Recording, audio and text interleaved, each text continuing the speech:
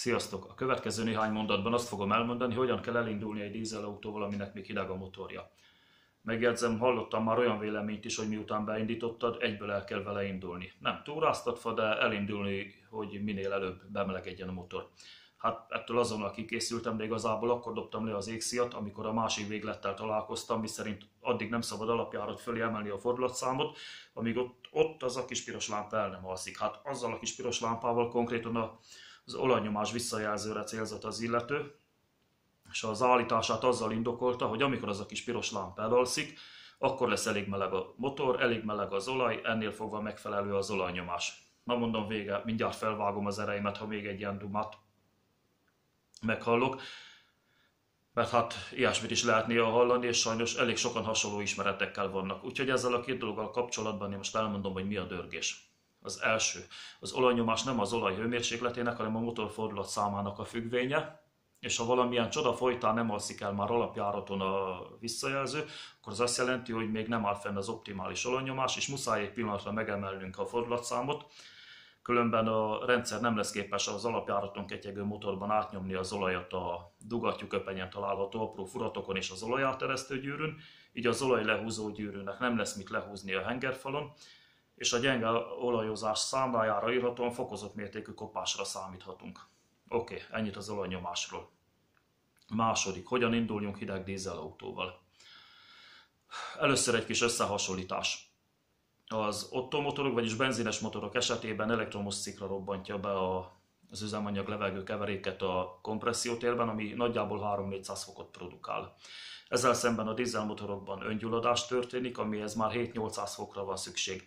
Ezt azzal idézi elő a dízelmotor, hogy az Otto motorokhoz képest egy adott hengerűr tartalmon belül fele akkora térfogatóra sűríti össze a dugattyú a kompressziótérben a levegőt, ezzel kétszer akkora kompressziót és hőmérsékletet generálva. És mivel a nagyobb hőmérséklet nagyobb hőtágulással jár, ezt a különbséget a mérnökök kénytelenek voltak belekalkulálni a konstrukcióba, és emiatt, és azért hívjuk a dízelmotorokat úgynevezett melegüzemű motoroknak, mert ezekben a dugattyú hidegen némiképp kotyog.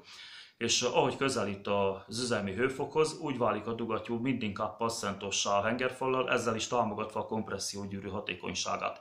Tehát egy mondatba foglalva, a dugattyú hideg kotyogását a hőtágulás hivatott kiiktatni. És ezért szükséges elindulás előtt legalább 1,5-2 percig járatni a alapjáraton a motort, mert ha nem tesszük, akkor a hideg dugattyú mellett a kompresszió egy része elszökik, így a motor gyengébb lesz, nagyobbat leszünk kénytelenek tolni a gázpedálon, mint amit a pillanatnyi fordulatszám igényel, és ugye a többlet üzemanyag befecskendezésnek köszönhetően nagyon könnyen beéghetnek a porlasztó csúcsok. És mint tudjuk, hát ez nem 2 forint.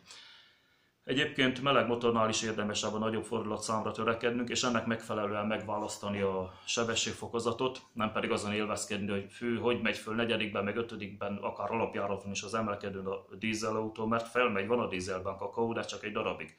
Ugyanis itt is az a szitu, hogy ilyenkor nagyobbat tolunk a gázpedálon, mint amennyit a pillanatnyi fordulatszám igényel, így a többletüzemanyag befecskendezésnek köszönhetően ugyanúgy beéghetnek a porlasztó csúcsok, mint hidegmotornál. 2. Mivel itt már üzemmeleg motorról beszélünk, nem fog elszökni a kompresszió, így a többletüzemanyag többletnyomatékkal fog hatni a dugattyúra, ami ennek hatására a hajtókar oldal mozgásának megfelelően oválisra fogja szépen idővel koptatni a hengert. És ha ez megtörténik, akkor onnantól kezdve a normális kompressziónak gyakorlatilag annyi lesz, és innentől csak időkérdése, hogy mikor fogja magát totál rottyra vágni a motor. Amúgy nagyon egyszerűen ellenőrizhetjük, hogy ez a probléma már fennáll egy dízelautónál. Mindössze annyit kell tennünk, hogy levesszük az olajbeöntőnyílás zárókupakját járó motornál, és hogyha látványos mennyiségű kartergázzal találkozunk, akkor a probléma sajnos már adott, és ez csak egyre rosszabb lesz, viszont ha nem látunk kartergázt, akkor az autónkat még megmenthetjük azzal, ha az imént felvázolt módszer szerint fogjuk használni a továbbiakban. Hát ennyi, köszönöm a figyelmet, szevasztok!